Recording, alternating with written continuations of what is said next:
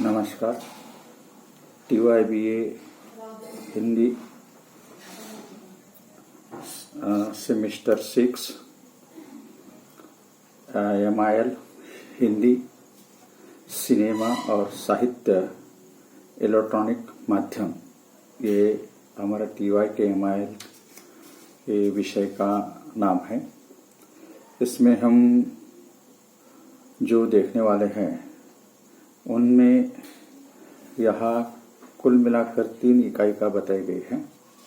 सबसे पहले इस TYBA MIL हिंदी में मैं सभी विद्यार्थियों का स्वागत करता हूँ इस व्याख्यान में। और पहली इकाई ये है कि प्रारंभिक सिनेमा का संक्षिप्त रूप।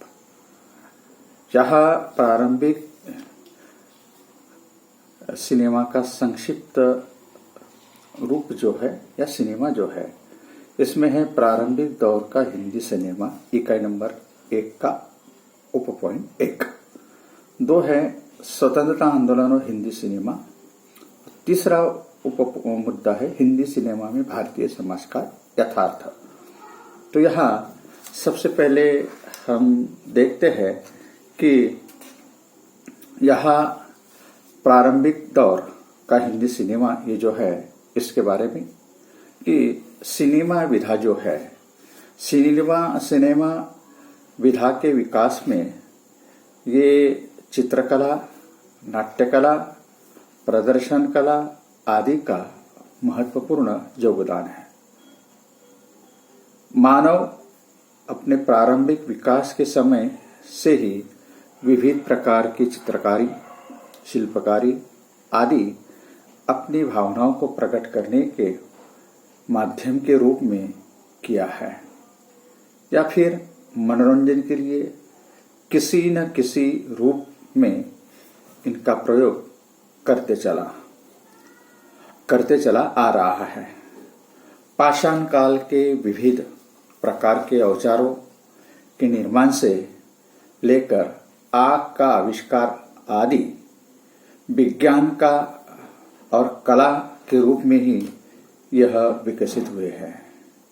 नृत्य, गायन, विविध आंगिक चेष्टाएं और कलाओं के माध्यम से इनका आयोजन किया जाता है। धीरे धीरे इन आंगिक चेष्टाओं और इन पूजा पाठ के तरीकों में थोड़ी बहुत हेरफेर करके विविध प्रकार के मनोरंजन के तरीके विकसित होने लगे हैं। इनमें विविध प्रकार के नृत्य, गीत, मनोरंजन आदि का आयोजन होता था। इन सभी प्रारंभिक तरीकों ने थोड़े बहुत रूप परिष्कार के बाद एक कला का रूप ले लिया, जिसे बाद में रंगमंचीय नाटक, प्रदर्शनकारी कला आदि के रूप में स्वीकार किया जाने लगा है। वैसे देखा जाए तो 1895 में लुमी ब्रदर्स ने पेरिस सैलून सभा भवन में इंजन ट्रेन की पहली फिल्म प्रदर्शित की थी। इन्हीं लुमियर ब्रदर्स ने 7 जुलाई 1896 को जो मुंबई के वाटसन होटल में फिल्म का पहला शो भी दिखाया था। एक रूप या प्रति व्यक्ति प्रवेश शुल्क ₹1 प्रति व्यक्ति प्रवेश शुल्क देकर मुंबई के संभ्रांत वर्ग वाह वाह और करतल ध्वनि के साथ इसका स्वागत किया गया।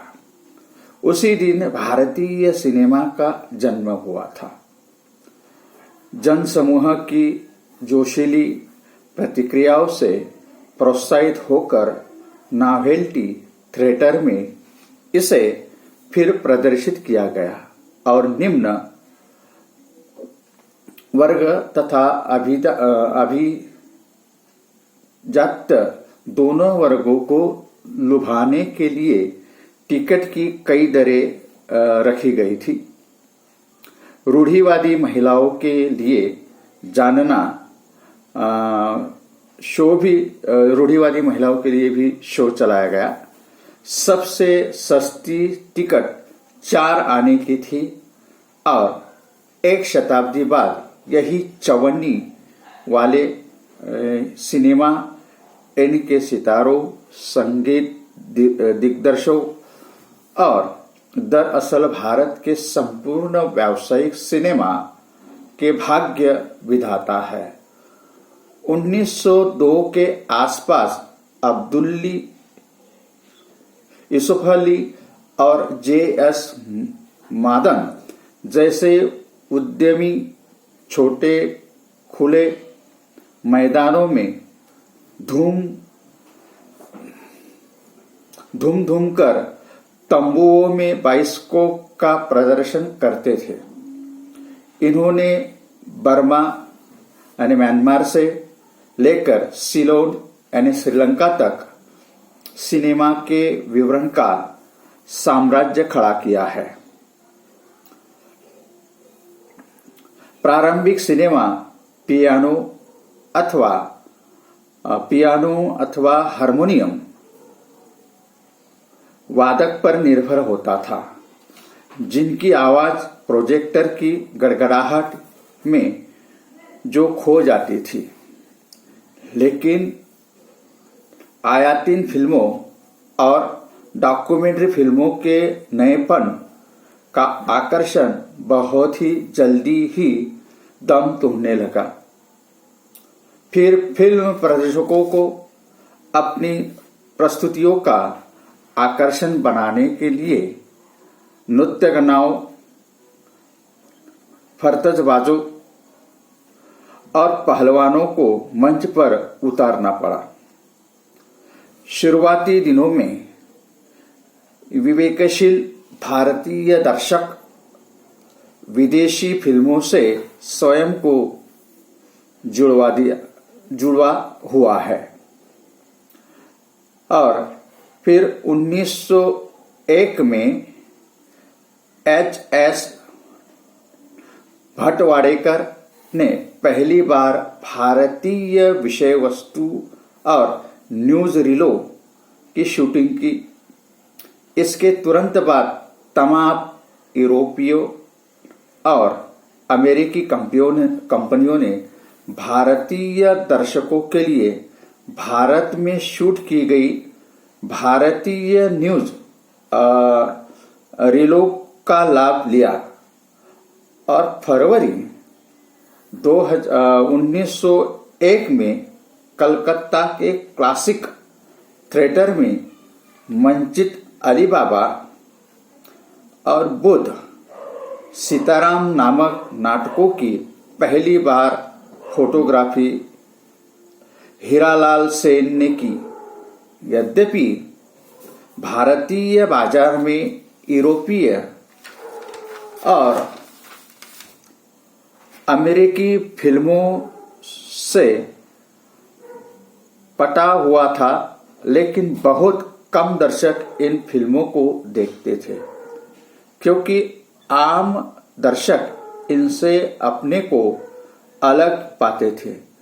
मई 1912 में आयातित कैमरा, फिल्म स्टॉक और यंत्रों का प्रयोग करके हिंदू संत पुंडलिक पर आधारित एक नाटक का फिल्मांकन R.G.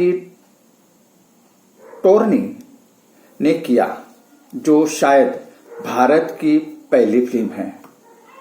1913 में दादा साहब फाल्के द्वारा यह फिल्म भारत में जल्द ही लोकप्रिय हो गई और 1930 तक लगभग 200 फिल्में प्रतिवर्ष बन रही थी। पहली बोलती फिल्म थी अर्देशीर ईरानी द्वारा बनाई गई अलम आरा, यह फिल्म काफी ज्यादा लोकप्रिय रही है और जल्दी ही सारी फिल्में बोलती फिल्में थी। आने वाले वर्षों में भारत में स्वतंत्रता संग्राम, देश विभाजन और ऐतिहासिक घटना उन दरम्यान बनी हिंदी फिल्मों में इनका प्रभाव छाया रहा है। दादा साहब फाल्के ने पहली फिल्म जो बनाई, जो राजा हरिश्चंद्र, ये उनकी पहली फिल्म थी, जो कृष्ण धवल या ब्लैक एंड व्हाइट और बिना बोलने वाली फिल्म थी। ये दादा साहब फाल्के का भी फिल्म के इतिहास में यहाँ योगदान दिया जाता है। दादा साहब फाल्के द्वारा बनाई गई राजा हरिश्चंद्र, जो 1913 में पहली फिल्म थी, यह फिल्म भारत में जल्दी ही लोकप्रिय हो गई और 1930 तक करीबन 200 फिल्म प्रतिवर्ष बन रही थी। और आने वाले वर्ष में भारत में स्वतंत्रता संग्राम, देश विभाजन जैसी ऐतिहासिक घटनाएं हुई और उन दरमियान बनी हिंदी फिल्मों में इसका प्रभाव छाया रहा है। दादा साहब फाल्के ने जब पहले फिल्म बनाई तो उसमें नारी पात्र उन्हें मिलने के लिए बहुत मुश्किलों का सामना करना पड़ा। फिर एक पुरुष ने ही उसमें नारी का पात्र या नारी का रोल निभाया हुआ है।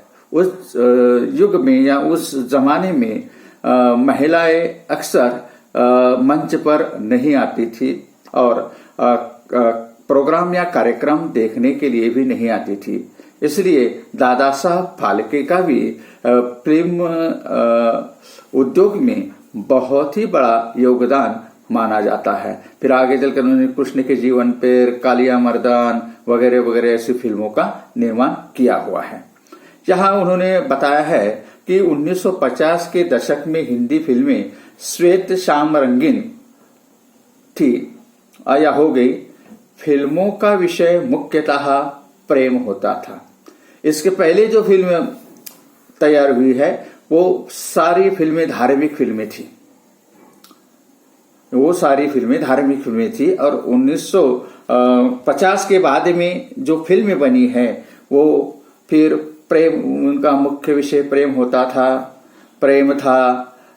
संगीत फिल्मों का मुख्य अंग होता था, यानी संगीत ये जो है, संगीत भी फिल्मों में सबसे महत्वपूर्ण उनकी अदाकारी या भूमिका होती है। लेकिन उसके पहले जब संगीत के इंस्ट्रूमेंट अगर हम लोगों ने देखे तो वह हारमोनियम पर ही अक्सर सारे फिल्मों को संगीत दिया जाता है। और इस तरह से यहाँ हिंदी साहित्य में प्रारंभिक दौर का हिंदी सिनेमा ये जो है ये बहुत ही मुश्किल था।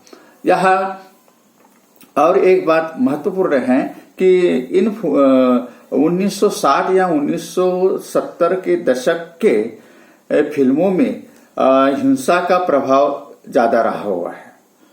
1980 और 1990 के दशक से प्रेम पर आधारित फिल्मों वापस लोकप्रिय होने लगी है और 1990 से 2000 तक के दशक में बनी फिल्में भारत के बाहर भी काफी लोकप्रिय रही है और प्रवासी भारतीय की यह बढ़ती संख्या भी कही जाती है। इसका प्रमुख कारण था कि हिंदी फिल्मों में प्रवासी भारतीयों के विषय लोकप्रिय रहे हुए हैं। तो यहाँ फिल्म जो है, फिल्म के बारे में ये जो कहा गया था कि प्रारंभिक दौर का हिंदी सिनेमा ये जो है, प्रारंभिक दौर का हिंदी सिनेमा जो है इस पर बहुत सारे घंटों तक, मिनटों तक हम व्याख्यान दे सकते हैं, सुन सकते हैं और लेकिन समय की पाबंदी, समय की मर्यादा है, इसलिए ये जो टॉपिक जो है ये TYBA हिंदी MIL का यूनिट नंबर 1 का टॉपिक जो है वो है एक प्रारंभिक दौर का हिंदी सिनेमा। ये जो है ये व्याख्यान यहाँ पर मैं समाप्त करता हूँ, रुकता हूँ और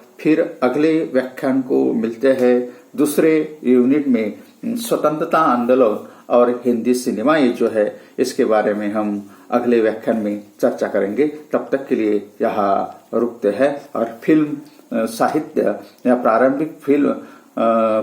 प्रारंभिक दौर का हिंदी सिनेमा ये जो है ये हम लोगों ने यहाँ पर देखा और यहाँ पर हम रुकते हैं।